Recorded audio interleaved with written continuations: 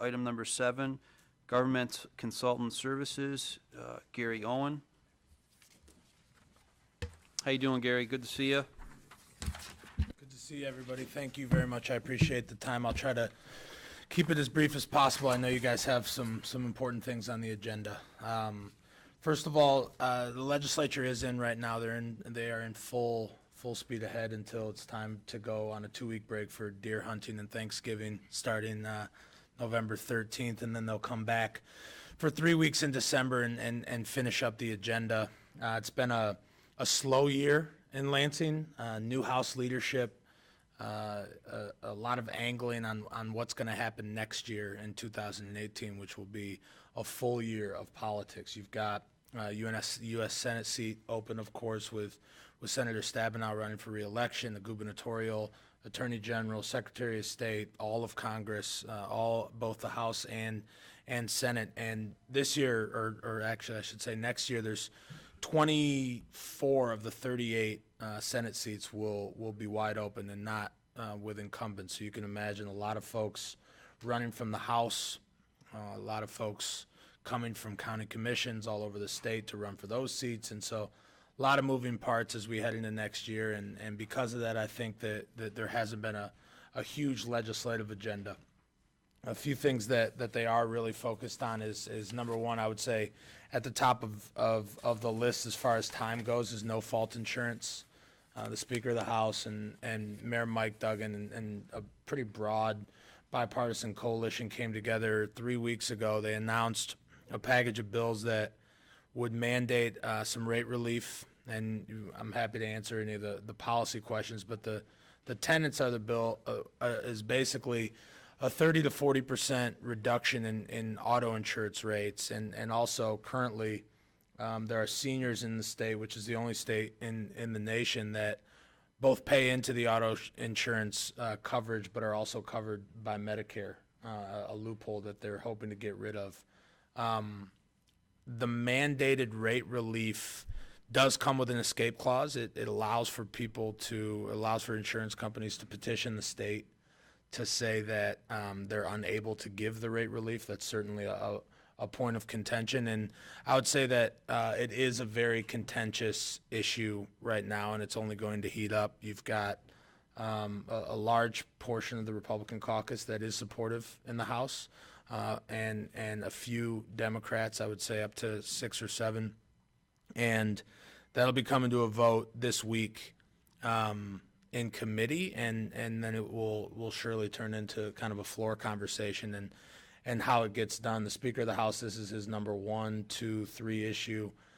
He recently announced for his bid for Attorney General, and this is certainly something that he wants to make everyone aware of as an accomplishment that he was able to achieve in the House. So something to be watching for as we move over the next month or so, and they try to push that through. Second piece is a 911 fee/infrastructure bill, and I wanted to make sure that everybody was aware of this bill. It's something that's being pushed by the governor's office and sheriffs around the state, but essentially state currently collects 19 cents on calls per month, for lines per month, I should say, and that fund puts out about $37 million and is going to be insolvent here relatively soon, just in the need for new infrastructure around the state for 911 infrastructure. The bill will increase that to 25 cents from 19 and allow for them to do some infrastructure investments down here in southeast Michigan, which they've been pretty successful in up north. But it also would increase the allowable rate for the counties from 42 cents to 55 cents. And so that you know, Macomb County currently levies 0, which is abnormal for a county of this size. For example, Wayne does 42, Washtenaw does 46, Oakland does 42 cents, and those are all the max that the county commission's allowed to approve. So the bill is Senate Bill 400. It's starting to move through the process, and I know you guys will hear a lot more about that bill, and there's a companion bill in the House. Any questions on either of those two bills? Questions, commissioners? Commissioner Carabelli, do you have? Okay. Well, I see. I'll use the computer list. So Commissioner Smith, you're first. Hi, Gary. Thanks for coming by. So I have two questions for you. And one of them is just more of an explanation, or if you wouldn't mind sharing with everybody. You said that we're one of the only counties, or certainly one of the largest, that does not levy a fee on the per line for this, yet we still pay, correct? We pay out of our general fund, and by not levying the fee that most other communities levy on their phone lines, that helps offset that.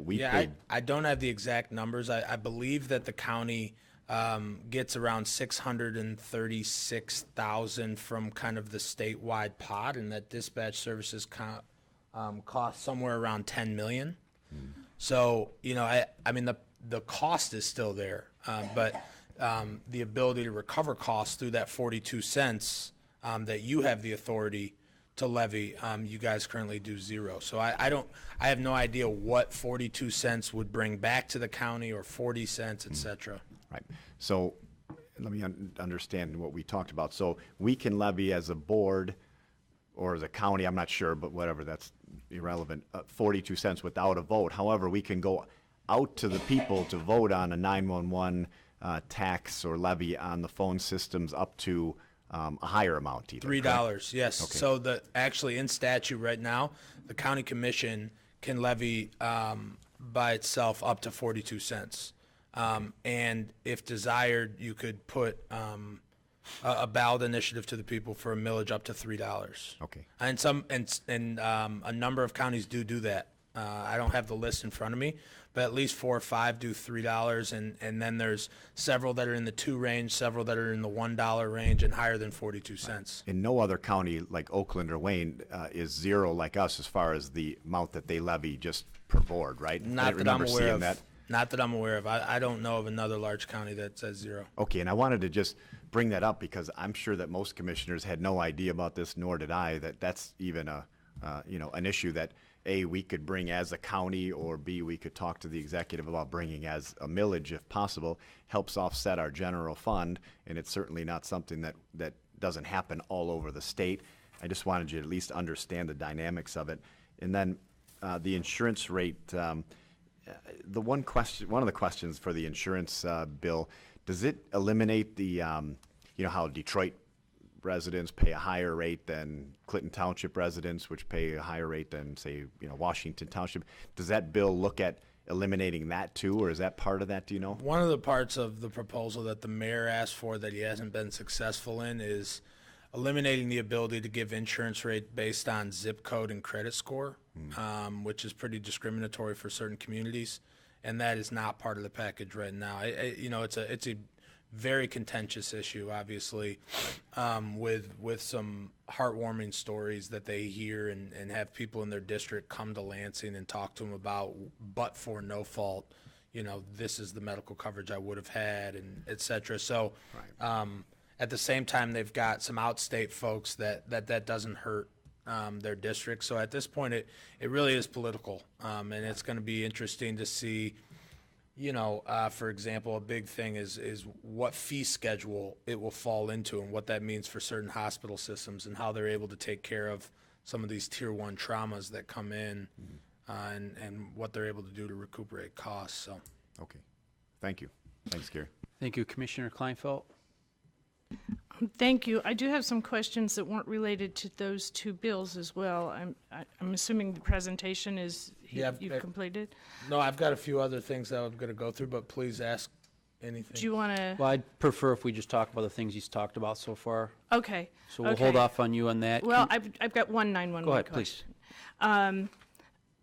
I had heard that the cell phone company, the monies collected from cell phones, had not grown over the years, although my house went from 1 cell phone user to 5 cell phone users, and that there seems to be an honor system, and that there may be an issue with that.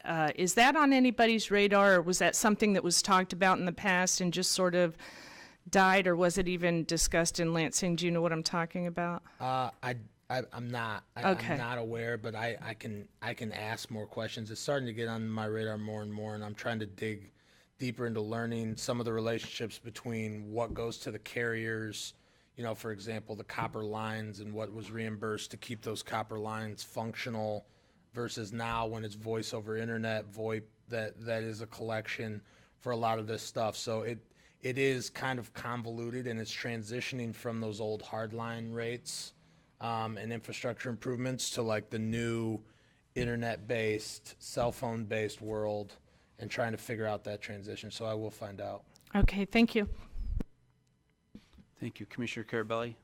Sure. A couple quick questions. Explain to me when you say infrastructure for 911, what are we talking about? Well, of course, you know, just the hard lines that go into individual homes. There was a fee based on the line per month that would go towards 911 infrastructure. And as you move towards this kind of, you know, high-tech fiber that's going into the ground and transitioning, it's who's going to pay for that fiber. And so it's using the fund that comes from those fees to put that in to ensure that, you know, there's 911 capabilities all over the state. And there's the ability to, you know, utilize 911 services. Okay, I guess that's maybe where I have a disconnect. I'm picturing wireless. I'm picturing every police department, 911 center has all their own equipment. Each community will pay for their own. Counties, you know, we have ours at the Comtech Center. That's why I'm trying to understand those funds. Is it to offset the operator or you know, the deputy that's answering the phone, the dispatcher? I'm not understanding the 911 funds. Now, I do know that I have 6 cell phones in my house, and I do see the tax on it, that they're at least collecting it, so I do know that. Now, if we're getting it back, that I don't know. So I need to have, I guess, an understanding. I'm not catching what those funds are for because I don't have a house phone anymore. So yes, they wouldn't have it, but you have it on the cell phone. So I guess I need to have an understanding of how that works. So there's two distinct pots. One's a state pot, and that's the 19 cents that they collect per line per month. The bill actually would increase that to 25 cents. The second pot, that's strictly local, to be divided up based on your county-wide 911 plan. That's the pot of money that currently in Macomb is not levied. I guess, let me digress. What is that pot of money to be utilized for? For example, the new infrastructure necessary would allow for dispatchers, if someone was to call on a cell phone, locate them via GPS. Currently, that capability is not built in to 911 dispatching. So there was a story told at committee about a lady who was driving and her car was submerging. She called 911, and if she would have had the GPS capabilities and that fiber and technology would have been in that district, they would have been able to probably reach her, but they didn't know where she was. So that's a major technical enhancement that they're doing statewide through all of this. You know, I'm getting way in over my head here, Okay. but No, and I'll do some research because I'm trying to understand because. Executive Deldon, please. Just if I might add, I think one day this week, it might be Wednesday or Thursday, or one of your next meetings, Vicki Wolber and Sheriff Wickersham are going to be here to talk in greater detail about the 911, the very stuff that Gary's speaking about. But Commissioner Carabelli, they could probably, or at least Vicki could probably answer your questions. all right. I think that's Thursday full board, Mark. I believe that's, we'll have that Thursday full board. Please continue. The next question on the no-fault insurance, you know, I don't know, we all read a lot of stuff and we hear a lot of stuff. What is right, what is wrong, lifetime, you know, health benefits if you get hit in an accident. But yet other states, these people are still being taken care of. I don't know how they build those mousetraps. But, you know, one thing to add is that, I don't know if any of you had to take your children, God forbid, to the hospital for whatever reason. And, you know, the first words out of everybody's mouth, did it happen at work? Did it happen at school? Did it happen in a car accident? Did it happen, you know, where did it happen? And it's like, holy cow. It's like, we got some serious issues that need to be addressed before they even want to treat somebody. They want to know where this happened so they know what pot that they're going to be going after. So again, just my little tidbit. Thank you. Thank you, Commissioner. Commissioner Romano? Thank you, Chair. Hi, Gary. My questions were somewhat along the lines of Commissioner Carabelli's. And you bring this infrastructure, this additional tax, and that's what it is, an additional tax.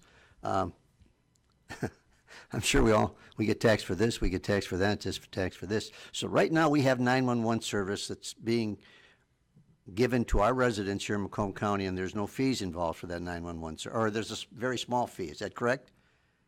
Do you know?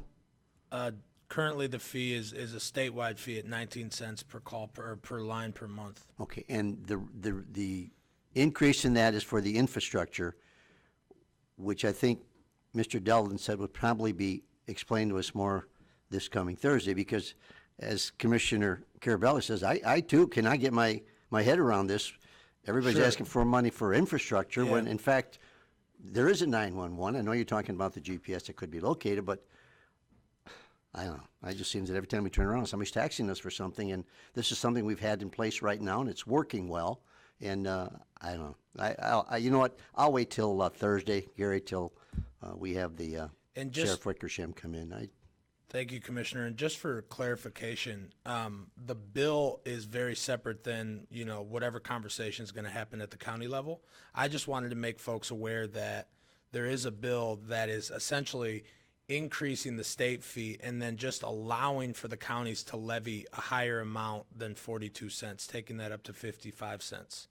So I heard that. Just on that bill is moving through, and I thought that the commission should be aware, whether or not you all choose to weigh in or not. And the other side of that is people have been paying taxes right along. All of a sudden now we want to get, not only are we increasing their taxes, we want to put another fee onto their 911, which just doesn't sit well with me. That's all I have. Thank you, Chair. Thanks, Gary. Thank you, Commissioner. Commissioner Brown? Thank you. Final with Commissioner Romano and Commissioner Carabelli on this 911 fee. The county doesn't need the additional fees from the state, so I think maybe our delegation ought to be saying no to that. I mean, based on what I know, we haven't needed that money for anything. We've been able to fund our own 911 system with the existing fees we have, so we haven't needed to tax anybody anymore. So we don't need it anyway. So that's taken right off the table. And for the need for an additional state tax, I'm questioning what benefit, and we'll get those answers Thursday when Vicki comes here, about what benefit we get from the state tax fund for that, but both of them are sound unnecessary. Where's the Macomb County delegation at regarding this insurance reform bill that's pending up there? I think it's scattered, depending on, I don't know that there's a consensus amongst the delegation. It's a 5-5 split in Lansing right now, within the delegation on the House side. I think that Senator Brandenburg, I'm unsure where Senator Rocco was and Senator Beta, but I believe Senator Brandenburg supported the Senate plan last term. I'm unsure where folks are on the House plan, because there has not been an official whip on the floor. It's just been committee debate. Okay. Thank you. Thank you, Mr. Chairman. Thanks, Commissioner Duje. Thank you very much, Mr. Chairman. Good afternoon, Gary. Nice to see you. A couple of things. As far as the 911, whenever somebody gets their bill from cell phone usage and so on and so forth, it's outrageous that you're quoted one price, and then once they start adding in all the taxes and fees and everything else, you're adding at least another 30% onto your bill. And I actually agree with my colleagues here that this 911 business, the fee schedules and structures, the way they're done for cell phones, is a little on the absurd side. But auto insurance in my district that runs from 8 Mile Road to 14 Mile Road, I would hazard to say that from 16 Mile Road down, just about everybody is redlined. We're paying outrageous fees for insurance for our homes, for our houses, for our cars, and so on and so forth. If anything, I'd like you to take a look into the redlining of insurance in the southern areas of the county, and see what we can do to get rid of some of these fees and so on and so forth. because some of the folks that I've talked to are just getting killed on their insurance bills. And if there's anything that we can do from this area going forward, I'd appreciate any help we can get on it. Thank you, Mr. Chairman, and Thanks, thank you, An- Gary. Thanks, Andre. Commissioner Kraft? Thank you, Mr. Chair. I just want to piggyback off of something you said real quick when you were talking about the car insurance and the Macomb delegation and where they stand, and you said it's about 50-50. I would say that that's accurate, but it's not 50-50 split partisan. There's two separate groups, and it's blended because they're also working on a second bill for no fault that's not this. And I think it's causing more of a split amongst the reps, especially the Macomb reps. And just to clarify, what I meant by 50-50 is currently there's 10 House members from Macomb, 5 are Democrats, 5 are Republicans. I think that I have no reference on who's a yes or who's a no on no fault, other than just some conversational stuff with members. Yeah, I just want to add that little tidbit from what I'm hearing up there too, is that it is split, but it is also split amongst the partisan groups as well. To your point, Commissioner, there's a second bill that should be coming out from the opposition relatively soon that will preserve the current system and grab some of the low-hanging fruit and some of the other reforms they believe to be necessary. So it's the beginning of the conversation, and it should develop pretty intensely over the next 30, 60 days. Thanks, Gary. Thank you, Mr. Chair. Thank you. Seeing no other, any other questions, Commissioners? Yeah, so we're all done with insurance and 911 for right now, so if you can continue to. Sure, and I'll try to keep next the subject. end relatively quick. I did want to bring up a couple things. One, community mental health. This continues to be a struggle at the state level, and John Kinch obviously deserves all the credit in the world for how hard he's working on behalf of the county up there in kind of a world that's changing pretty fast, and a conversation that is working against him at times, and we've been working really hard to get him in front of kind of the highest level, the department, the governor's office, et cetera. He was looking at a $12 million shortfall for this fiscal year. We worked really hard with several members of the delegation, several House and Senate members from Macomb, and we're able to achieve a $5 million appropriation towards that shortfall, which was really positive. It was nice to see the state help John out in that way and help the community mental health system out here. There's still another $5 to $7 million that we hope to get in the next year to cover that shortfall. So we'll keep you informed as that debate goes forward. But the House Speaker and several others stepped up to make that appropriation a reality. So that was an accomplishment in the July budget. And then one other piece for commissioners, that natural resource trust fund projects are going on right now, being scored at the state level. And if you have projects in your community, and we're happy to show which projects those are, we are working to try to get scores up and make sure we can get as many projects funded here in Macomb as possible. Okay, any other questions? Commissioner Kleinfeld, you want to talk to him about some other items? Yeah, Bob, did you? No, I was. Okay. Okay. I was at a drain board meeting this morning, and I wanted to ask you some questions about that. There was apparently lobbying to take place to change the laws regarding the drain board makeup specifically to Macomb County and not to any of the other counties from you. Is that correct? Senator Kowal had a bill last term. It was actually in reaction to essentially some political things, but between the former drain commissioner and the drain commissioner in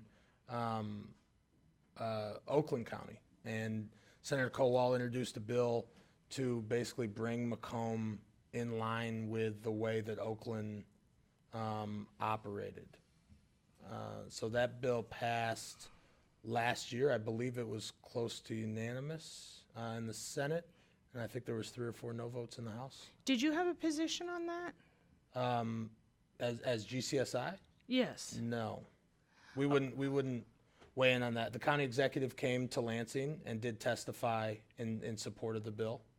Okay, so I absolutely understand the idea of the makeup having a county executive representative and a representative out of Public Works and a representative from the commission.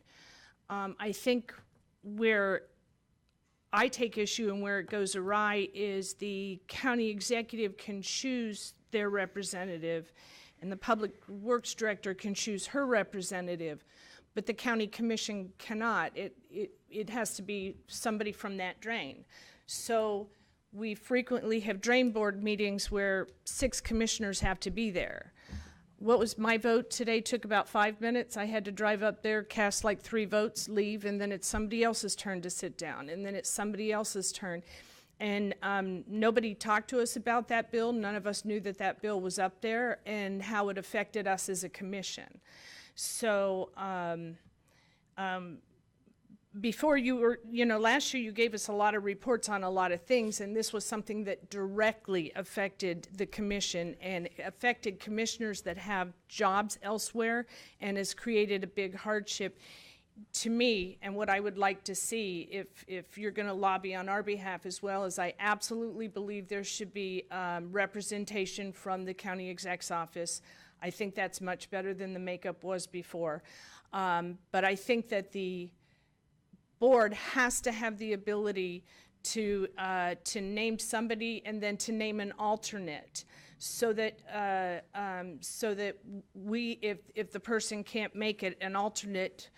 Bob came today to sit in, and the way it's written, we can't do that, and it's kind of become a hardship for 6, 7 board members to show up, for an hour-long meeting. So anyway, that's my 2 cents on that. Thank you. Makes sense. I know that Commissioner Smith and I spoke about that at the beginning of the year, and we talked about possible remedies. So if there is a need to work on some changes, we're happy to take those forward. Yeah, please, Chair Smith. Thanks, Commissioner Kleinfeld. We did, Gary and I spoke about this earlier in the year about exactly what you had mentioned. I spoke with Mark Hackle and I spoke with Candace Miller, and neither one of them are opposed to, having the board chair as the, alternate, right? Say, so district commissioner in District 20 or 13 or the board chair, right? So that way, if, I'm there, I can cover for everybody. So that being said, I have been speaking with a few people in Lansing about looking at rewriting that, just to add that caveat in there that we would have the ability to have one person as the alternate on these drain boards to solve this problem. Because if we would have been spoken to about it before, we would have identified the fact that a lot of the commissioners are part-time, they have other jobs, and that's not really, they don't find out about these meetings until the last Thursday before the Monday, right? So it's kind of tough to adjust that schedule. We've been allowing substitution there, but I'm not sure necessarily if it's exactly by the letter of the law. So we are looking at changing some things. I'll speak with Gary more about it afterwards, and then we'll go from there. Yeah, and I would just add, as long as, I've spoke a little bit with Representative Marino and a few others about this issue too, so look forward to moving whatever consensus policy you guys come up with forward. Right, and like I said, I don't think anybody disagrees with the makeup change. I think that was, a common sense move. It was just the little caveat of trying to get 4 to 6 commissioners there. Okay. Just that, and when it's something specific to the commission, that whether we're for it or against it, that we know about it. We didn't know about this, and so it got me wondering, are there other things specific to Macomb County that might be lobbied for that we don't know about? I just think that we should know. When it doesn't include the rest of the state, it was specific to our county. It's something that I feel that the commission should have had knowledge about. Thank you. And I think that's fair, Mr. Chair. The final language of this bill came together in the last 11 days of the lame duck session. It was, I believe, one of the last bills to be sent to the governor's office in that 2-year session. So it did come together pretty rapidly, and I'm more than happy to take the blame on the lack of communication, and we will we'll address the issue and change it. Wonderful. Next on the list, Commissioner Brown. Thank you. Medical marijuana bills up in Lansing, the state seems to be drifting towards a referendum on legalizing marijuana. This comes at a time when the opioid epidemic is getting such publicity as it should be. It's an epidemic across the state. And anybody in any medical field will recognize that marijuana is an entryway drug, and there's such abuse on these whole things. Is there anyone talking about this in Lansing? But I mean, they just seem to be tone deaf, it appears to me. They're enabling this to gradually move itself forward from plodding along. Is there any, where's the opposition against this? Is there any opposition at all in the Lansing legislature that stands against this? I mean, I would assume that the majority of House and Senate members would be opposed to any sort of legalization efforts. I think that that's not the case with medical. It passed with 3/4 of the vote in the House and Senate because they had to amend the Constitution. So they did have to pass those bills with 3/4 vote. And the department right now is putting together rules just strictly on the medical side. The ballot initiative is different, of course, in that they do have over 300,000 votes to put recreational marijuana on the ballot in November of 2018. And I would assume, and this really is an assumption, that the majority of electeds would not support the recreational side of it at this time. I'm sure there's several that would. But yeah, I think that in Lansing, it's considered two very distinct pots of, public policy. but even the medical marijuana is so riddled with loopholes, it's a joke. People say, I got a medical marijuana card. It's like, well, that's just legalized dope smoking for no reason. I mean, that's all that is. It's not as, so hopefully they're working to tighten that up. I think they are. I mean, every township I go to is concerned about. They all don't know what to do with. Do they follow federal regulations which say it's illegal, period, or do they got to pass an ordinance that prohibits certain things, of this or that? And that's still still an open question as far as I know. And the local government's actually the only way you could ever have a facility in the local government is if there was an opt-in. It's instead of an opt-out. So in the new law, locals actually have to go on record and vote to opt in to allow for one of these 5 or all these 5 types of licenses to locate in the locality. Okay. So yeah, the rules are going to think of a blend of like liquor control rules and gaming control rules, and trying to get as strict as possible on, who's allowed to be in the industry, et cetera. On the patient side, I don't know that a ton will change on the ability for folks to get cards. Okay. Thank you. Thank you, Commissioner. Commissioner Toko. Thank you, Mr. Chair. Gary, with regard to the community mental health portion, my understanding was that it was not a $5 million appropriation, but an allowance for community mental health to sort of shift the columns in which they reported the money to stay out of that risk corridor. I can get the exact language with an explanation so that it makes more sense, but it was my understanding that the final part of it was basically $5 million in relief for that $12 million shortfall. Can you follow up on that? Because we just had a presentation on that, and I think a lot of us were unclear as to how that was, and whether or not that it was an accounting method or if it was an actual relief to the community mental health funds. What work is GCSI doing on behalf of CMH? Basically as asked. So anytime, we worked together with Mr. Kinch on a number of things. We took John in to meet with Director Nick Lyon and his team last year as we were starting to look at some creative, methods. He's also working in some of the work groups and kind of just keeping us informed on how those are going on, for example, Section 298 and how that works and just trying to make a connection with some of the House and Senate leadership that are on those appropriation committees and not allowing basically the association and this massive group of community mental health stakeholders for Macomb to kind of get lost in that. So are you actively working on it? I mean, are you guys dedicating a significant amount of time? Not lately. At a time there was, when the first time 298, for example, started getting developed, we got out in front of it and killed it successfully with John. The second time around, this time around, it was basically a done deal for a lot of these legislators to get something out of Section 298, and that's still delayed, a little bit. But I would say, in the last month, I have not talked to John, but there's a time when he and I were doing a lot of work. So it kind of comes and goes, depending on needs, I would say. Are you assisting with the $7 million shortfall at all? Or Yeah, what's your role in that? Just having pretty regular conversations with House and Senate leadership to make them realize that, the first bite of the apple was one thing and that we're coming back for more. Okay. Could you give us some follow-up information on how, if this $5 million was an appropriation or if it was just an accounting shift? Yes. Thank you. Okay, I have no other speakers. Is that it for today, Gary? Yes, it is. Okay, no other speakers. We'll take need to receive and file this. Moved by Kraft, supported by Lucido, and please vote. Thank you. Thanks for coming, Gary. Drive safe. It's got a way back, right? Okay.